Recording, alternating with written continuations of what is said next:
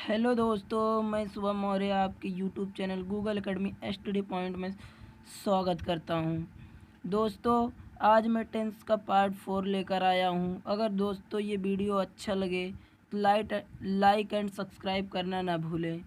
चलो दोस्तों, आज मैं टेंस के पार्ट 4 में लाया हूं, क्या कहते हैं, प्रेजेंट परफेक्ट टेंस जो होता है। दोस्तों अगर इसको देखें तो इसका जो होता है पहचान जो होती है करने की, जब कार्य का वर्तमान में पूरा होना पाया जाता जाए तो प्रेजेंट परफेक्ट का प्रयोग होता है। हिंदी में अगर इसकी पहचान देखेंगे दोस्तों, वाक्य में चुका है, चुकी हैं, चुके हैं, चुका हूँ आदि का प्रयोग होता है। या फिर रहे आ ई आए के बाद अंत में है, जैसे गया है, गई है आदि। अगर इसकी इंग्लिश में पहचान देखेंगे दोस्तों तो होता है वाक्य में हैज और है प्लस वर्ब की थर्ड फॉर्म का प्रयोग होता है। हैज हैव, हैज हैव का प्रयोग देखेंगे दोस्तों, हैज हैव का प्रयोग होता है सिंगुलर के लिए, जैसे ही, सी, इट या किसी का अपना नाम। और हैव का प्रयोग होता है आई, यू, वी, दे या एक से अधिक नाम एंड से जुड़े हों तो। दोस्तों अफर्मेटिव, इसमें भी दोस्तों 3 प्रकार के सेंटेंस होते हैं। जैसे पिछले 2 वीडियो में बताया है वैसे इसमें भी 3 प्रकार के क्या होते हैं सेंटेंस प्रयोग किए जाते हैं, अफर्मेटिव, नेगेटिव और इंट्रोगेटिव। अफर्मेटिव देखेंगे, इसका जो होता है मतलब रूल एक प्रकार से कह सकते हैं, स्ट्रक्चर जो होता है इसका बनता है सब्जेक्ट प्लस हैज या हैव प्लस वर्ब की third form plus object. Has और हैव का प्रयोग दोस्तों हम सब्जेक्ट के अनुसार करेंगे। अगर सब्जेक्ट एक वचन होगा तो हैज का, अगर बहुवचन होगा तो हैव का। निगेटिव देखेंगे दोस्तों तो हैज सब्जेक्ट होगा, फिर हैज हैव होगा, फिर नॉट होगा, फिर क्या कहते हैं वर्ब का थर्ड फॉर्म और प्लस ऑब्जेक्ट। इंट्रोगेटिव सेंटेंस देखेंगे तो ये दोस्तों 2 प्रकार के होते हैं, कि यस नो टाइप होता है, एक डब्ल्यू एच टाइप होता है। यस नो टाइप में क्या होगा, हैज और हैव को पहले रखा जाता है, फिर उसके बाद सब्जेक्ट, फिर सब्जेक्ट के तुरंत बाद मेन वर्ब की थर्ड फॉर्म यानी कि वर्ब की थर्ड फॉर्म, फिर ऑब्जेक्ट और लास्ट में क्वेश्चन मार्क। और डब्ल्यू एच टाइप में क्या होता है, इसमें होता है क्वेश्चन वर्ड पहले होगा, यानी क्वेश्चन वर्ड जो हमारा होता है व्हाट, व्हाई, हु, यही सब, हाउ, ये सब होते हैं हमारे क्या कहते हैं क्वेश्चन वर्ड। और होते हैं हैज, हैव या होगा, फिर उसके बाद क्या होगा सब्जेक्ट होगा, फिर वर्ब की थर्ड फॉर्म, फिर प्लस ऑब्जेक्ट। इसका अब हम एग्जाम्पल देखेंगे। एग्जाम्पल है इसका दोस्तों, वह अपना काम पूरा कर चुका है, तो क्या होगा he has completed his work. बताया था दोस्तों इसमें जितने भी वाक्य होंगे इस तरह के, उसमें वर्ब की थर्ड फॉर्म हो लगेगा, इसलिए दोस्तों आप लोग ज़रूर वर्ब की थर्ड फॉर्म याद कर लें, मतलब वर्ब की तीनों फॉर्म को याद कर लें। दूसरा है तुम अपना पत्र नहीं लिख चुके हो, you have not written your letter. Right मने होता है दोस्तों लिखना, उसका थर्ड फॉर्म होता है रिटन। अब एक सेंटेंस लिए क्या कहते हैं इंट्रोगेटिव सेंटेंस का, ये है जिसमें क्या कहते हैं यस नो टाइप का है। क्या उसने गरीबों की सहायता की है, तो इसका होगा has he helped the poor. अब दोस्तों देखेंगे क्या कहते हैं प्रेजेंट परफेक्ट कंटीन्यूअस टेंस। इसमें क्या होता है वर्तमान में तो कार्य होता है और वो पूर्ण भी हो चुका होता है और चलता भी रहता है। जैसे देखेंगे कि इसकी पहचान में क्या होता है, वर्तमान में कार्य का कुछ भाग पूर्ण और बचा हुआ जारी रहे तो वाक्य प्रेजेंट परफेक्ट कंटीन्यूअस में होता है। जैसे दोस्तों अगर हम कहें हम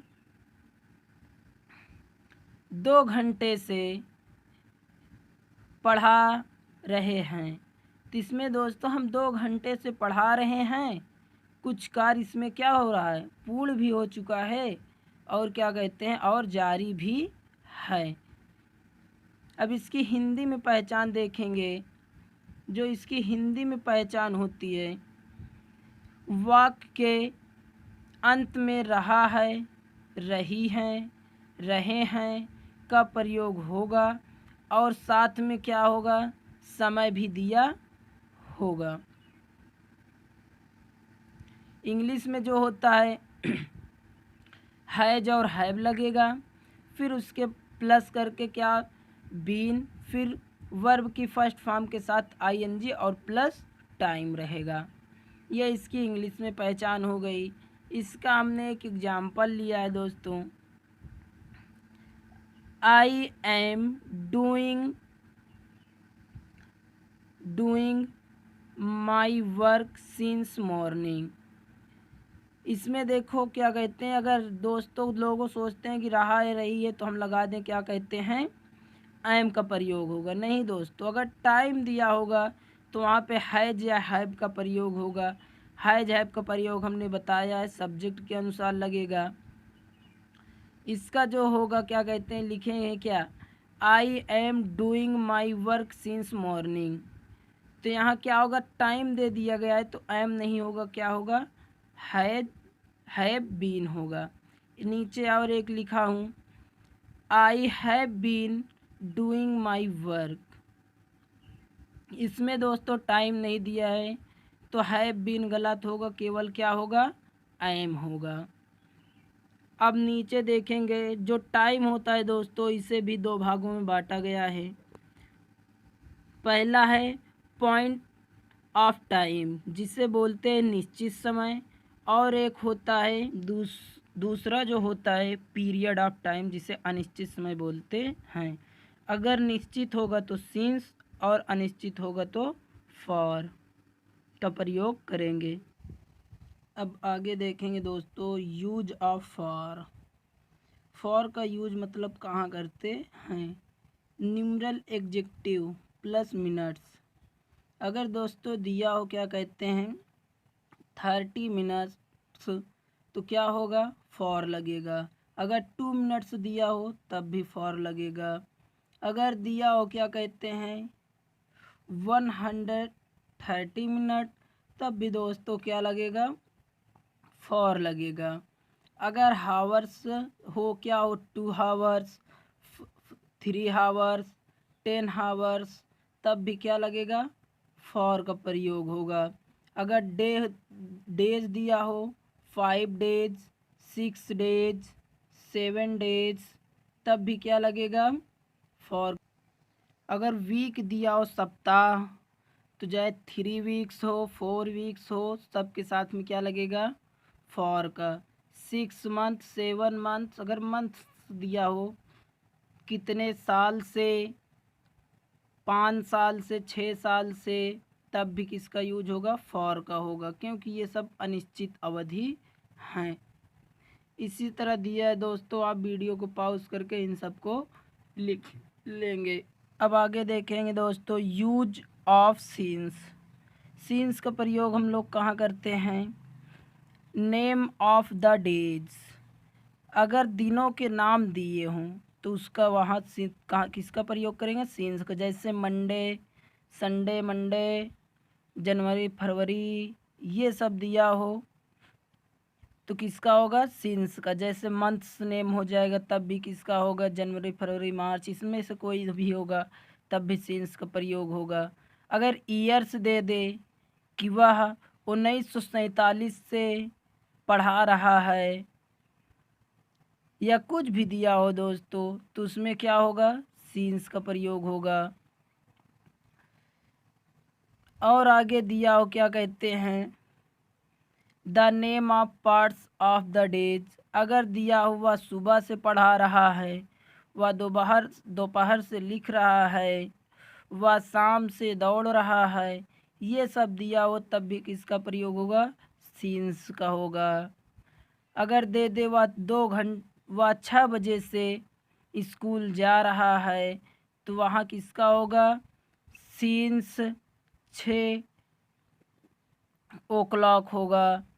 इसी तरह दोस्तों और सारे हैं, सबको आप वीडियो पॉज करके लिख लेंगे। अगर दोस्तों वीडियो अच्छा लगे तो लाइक एंड शेयर ज़रूर करें।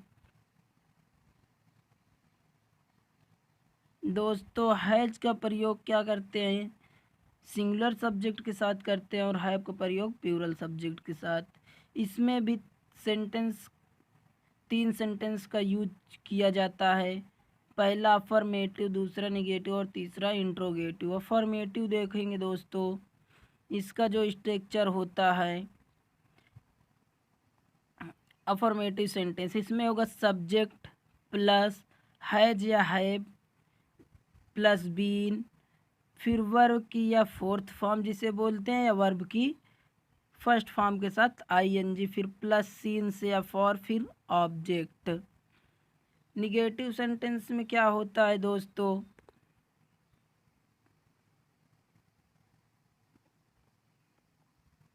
निगेटिव सेंटेंस में होता है सब्जेक्ट प्लस हैज या have plus not plus been plus verb की फर्स्ट फॉर्म के साथ आईएनजी प्लस सीन से या फॉर प्लस ऑब्जेक्ट। अगर इंट्रोगेटिव सेंटेंस देखेंगे तो होता है इसमें हैज या है फिर subject plus been plus verb की फर्स्ट फॉर्म के साथ आईएनजी प्लस सीन से या for plus object. Question word में भी क्या होगा? सेम वही रहेगा, बस क्वेश्चन वर्ड को पहले लिख देंगे। अब इन सब का दोस्तों एक एक एग्जाम्पल देखेंगे हम लोग।